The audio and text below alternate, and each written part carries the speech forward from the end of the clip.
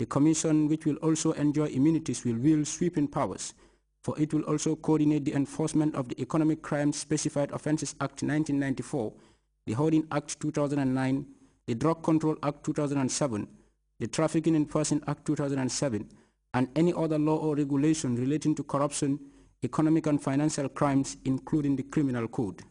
The House is adjourned until Monday when the adjournment debate takes place. Modou Lamin Sise, Grts News. Principal Magistrate Taiwo Alakpe Ade has sentenced to the newspaper boss Abdul Hamid Adiamo to pay a fine of 100,000 lassi in default to serve 6 months in prison with hard labor.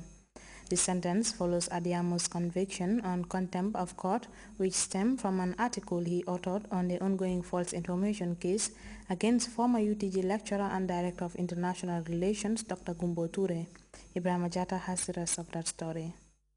Second time, Mr. Abdul Hamid Adiamo, the proprietor of the Daily Today newspaper, is being dragged to court for publications made in his paper, even though this case is as a result of complaints made against him by lawyer Badu Conte in the case of the IGP against Dr. Gumbo Ture here at the Banjul Magistrate Court, which ordered for the arrest of the newspaper boss Abdul Hamid Adiamo on the 20th of June. Mr. Adiamo has been under detention for 8 days now since then. When the case was called this morning, the newspaper boss was asked to explain why he shouldn't be charged with contempt. In his response, Mr. Adiamo apologized to the court and revealed that he had no intention whatsoever of disrupting the cause of justice. I was just trying to do my job, and in the process, it's unfortunate that some people were embarrassed. Mr. Adiamo apologized for his actions. The Banjul Magistrate Court subsequently found him guilty of contempt, and his defense counsel, lawyer Azuma, mitigated on his behalf, asking the court to admonish and discharge the accused person. Principal Magistrate Taiwo Alakbe Ade has imposed a fine of $100,000 on the accused person in default to serve 6 months in prison. Ibrahim Ajata, GRTS. Officials of the umbrella body of non-governmental organizations operating in the Gambia and other stakeholders in the promotion of the welfare of children have been discussing the status of children with disabilities. The 5th policy dialogue, called by Tango, is among a range of programs staged as part of events marking the Day of the African Child. Fatu Jassit tells us more. The Tango Policy Dialogue is a bi-monthly awareness creation and advocacy forum aimed at bringing together policy and decision makers, development workers, political actors, among other stakeholders in the public, private and civil society to discuss key development issues.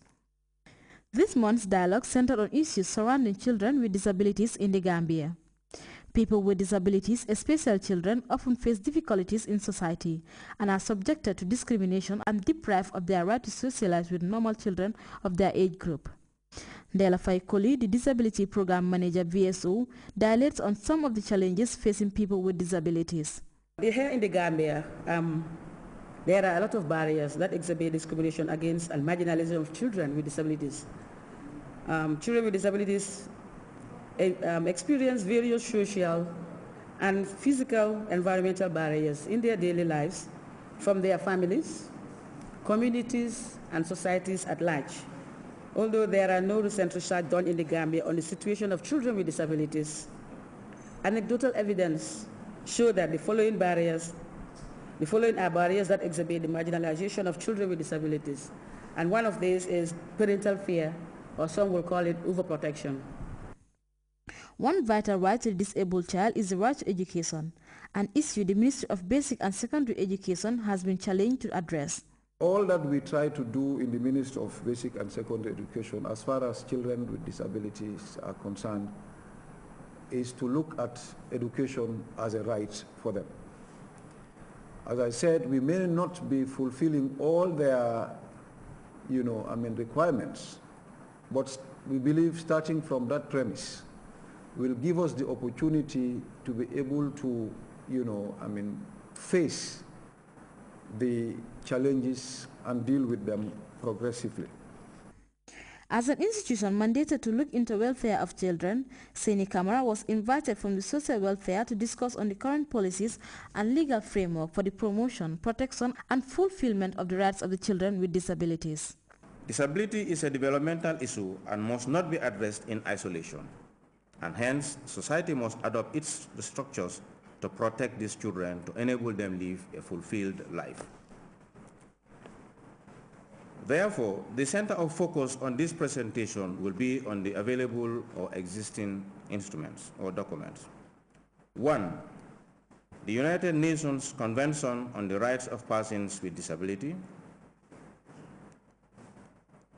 It is important for this convention to be signed and ratified. However, ensuring that it is domesticated into law will create a more inclusive society. Lamin Dibasi is physically challenged. He briefed the gathering on some of the challenges he faced in school. Officials discussed in detail the need to create a conducive and healthy learning environment for children who are physically challenged, whilst imploring society not to neglect people with disabilities. For Grts News, I am Fatou Jassi. You can follow that story and other Grts programs live on our website at www.grts.gm. There you can also monitor Grts Radio Live. That takes us to our first break. We'll be right back. His Excellency Chef Professor Alhaji Reverend Hannah Karen Falheim. In the words of the permanent secretary, there is direct relationship between the economic growth of a country. And this 5-hectare maize field that you are seeing here in Ilyasa village. No matter how, where, when and who is involved, our corps of reporters will always be there to bring you the news as it happens.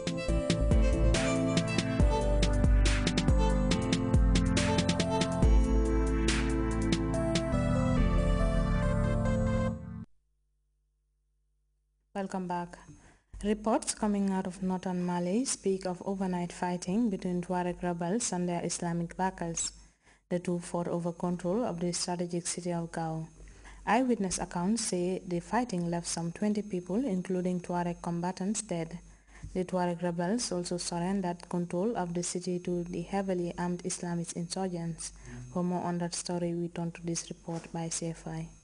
Bamako is abuzz with what the war in the war. The fighting took place in the northern city of Gao, where the Islamists linked to Al-Qaeda ousted the Tuareg rebels who want an independent Azawad. The Islamists and Tuaregs have been at loggerheads ever since they jointly seized the northern half of the country 3 months ago. The Tuareg defeat further strengthens Islamic fundamentalism's grip on the north of the country. A witness on the phone says there is not one Tuareg fighter left in Gao, nor are there any Tuareg cadre left in the city. Many have been arrested and are now detained by the Islamists at the commissariat. At least 20 people died in the fighting. Witnesses say civilians were killed as well as Tuareg fighters. Witnesses say the Islamists are combing Gao for remaining Tuareg forces.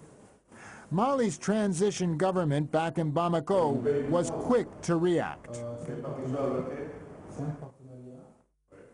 The elements illegally occupying this part of the country are elements the international community must condemn. Mali, as far as I am concerned, will do everything to identify those elements, arrest them, and punish them according to the law.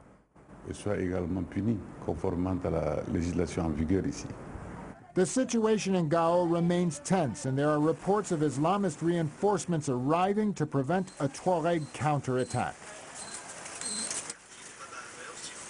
Heavily armed African Union troops have attacked and captured one of the last remaining strongholds of Somalia's militant group Al-Shabaab. Ugandan and Kenyan forces led the recent offensive on the town of Balad, which sits on the outskirts of the capital city Mogadishu. An African Union force spokesman told reporters the multinational force will destroy the Al-Shabaab insurgents and liberate Somalia. We have details in this report. In a major blow against Al-Shabaab rebels in Somalia, African Union troops seized a rebel stronghold near Mogadishu from the Al-Qaeda-linked insurgents on Tuesday. The rebels had been using the town of Balad to stage sporadic attacks on the capital. The capture of the town paves the way to secure residents who have been controlled by the Shabaab. This morning we decided to move from El Fitri